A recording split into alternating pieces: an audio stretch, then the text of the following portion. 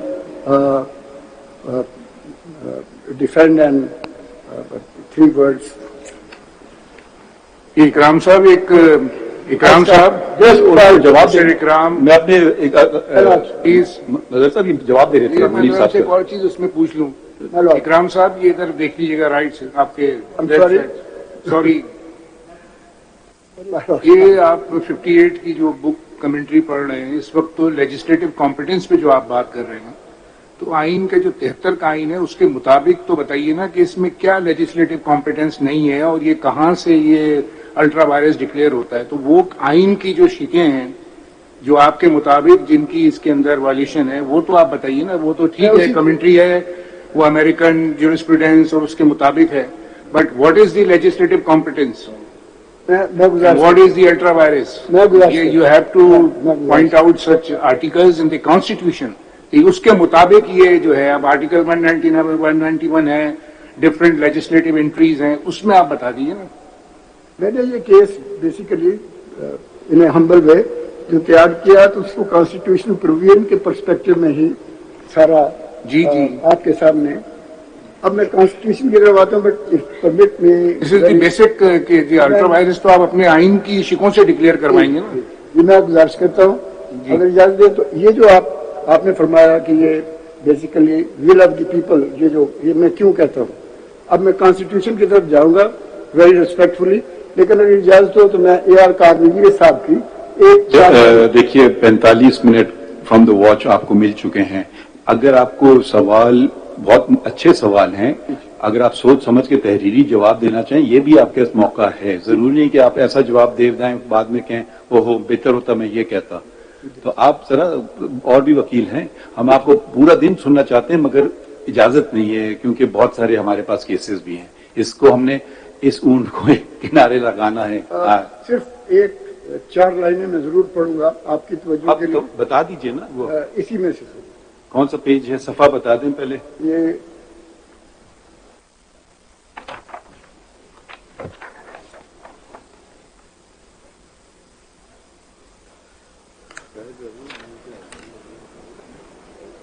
Law and judiciary ان پاکستان یہ کتاب انہوں نے لکھی جسٹس اے آر کارنیگی صاحب نے. اس کا چیپٹر 25 ہے صفحہ 41 پہ 41.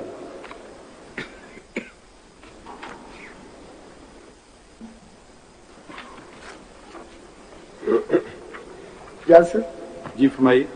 اے R Cornelius participate in the 3rd Asian judicial conference held in Bangkok and contribute a paper on the judicial control. یہ نہ پڑھیے نا پڑھ دینا جو بات کرنے کی ہے. یہ اگلی 4 لائنیں ہیں. Cornelius maintained that power of judiciary to control administrative and legislative action derives its force from law and constitution. And then to 1962 constitution تھا 98 کا انہوں نے حوالہ دیا. اگلی لائنیں سینٹر سے میں پڑھوں گا. Added to this power given to the courts to pronounce upon the constitutionality of all laws. Where a law was made in direct violation of fundamental rights or of any other positive provision in the Constitution, it was liable to be invalidated. اس پہ تو کوئی دو رائے بھی نہیں ہو سکتی ہیں. اور ہمارے ساتھی نظر صاحب نے آپ سے سوال پوچھا کہ وہ بتا دینا کون سی شک ان کی وائلیٹ ہو رہی ہے فنڈامنٹل رائٹ کی. کروں سب سے پہلے میں صاحب ایک سیکنڈ. جی There are 2 questions involved here. One